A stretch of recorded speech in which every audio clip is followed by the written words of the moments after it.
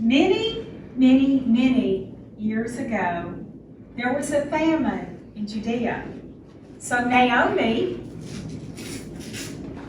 and her husband and their 2 sons went to live in a faraway country called Moab. After Naomi had been there about 10 years, her husband died. But her sons married Moabite women. They married Ruth and Orpah. Then her sons died. So Naomi heard that the Lord had provided for her people in Judea, that they were eating well in Judea. So she decided to head back. While she was on the road heading back to Judea, it came to her, and she realized that she didn't think that her daughters-in-law Ruth and Orpah should go with her, that they should stay in their homeland. Ruth, go to your mother's home. May the Lord bless you with kindness as you have blessed me. No, we will go with you to your people. Why would you come with me? I have no sense for you to have a husband. Return home. Well, Orpah had already said goodbye, but Ruth clung to Naomi. Look, Ruth, your sister-in-law is going back to her people and her gods. Go back with her. Where you go, I will go, and where you stay, I will stay. Your people will be my people, and your God, my God. May the Lord deal with me if even death separates you and me. So Naomi returned from Moab, accompanied by Ruth the Moabite. They settled in Bethlehem, and this was at a time when the harvest was just beginning. I have a relative from my husband's family. His name is Boaz. Let me go to the fields and pick up the leftover grain behind anyone in whose eyes I find favor. Go ahead, dear Ruth. So Ruth entered a field, and she began to glean the harvest. And so it happened, though, that this happened to be Boaz's field. The Lord be with you. The Lord bless you. Who are you? I am Ruth. I came back from Moab with Naomi. Please let me glean and gather among the sheaves behind the harvesters. Ruth, don't glean in another field and don't go away from here. Stay here with the women who work for me.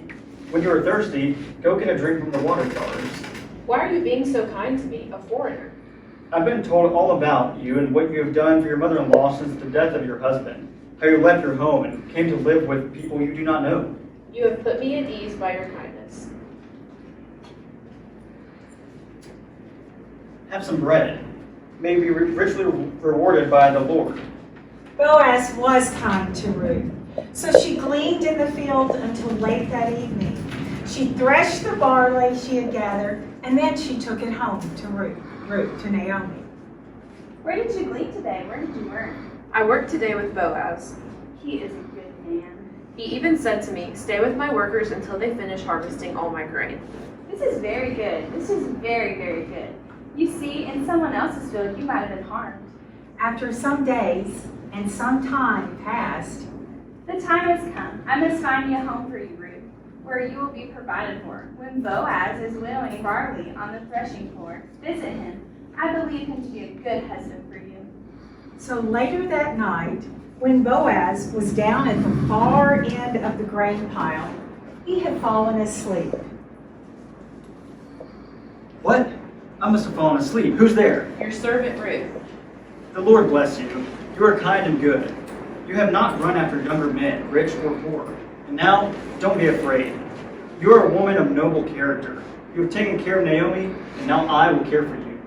So Boaz sent her home. He sent her home with 6 measures of barley, but he intended to do far more for Ruth than send her home with barley. So Boaz, he went down to the town gate, and he had a meeting with the men of the town. There was a legal matter that needed to be settled. It had to do with ownership that needed attention. Naomi is selling the land that belonged to her relative Elimelech. I bring the matter to your attention, to the man first in line for you to buy. If you will buy it, do so. But if you will not, tell me. For you are first in line, and I am next. The first in line said, I will buy it. On the day you buy the land from Naomi, you also acquire Ruth, the man's widow. But the man could not buy the land because it would endanger his own estate. He was married. So he told Boaz, "You buy it." So I did. I bought from Naomi the property, and I also married Ruth. Today you are witnesses. Boaz and I were married, and we had a son. And I cared for the boy. We called him Obed. A wonderfully happy family, better together, all of us. By the way, Obed later had a son named Jesse, who had a son named David. We have all been blessed by our Heavenly Father.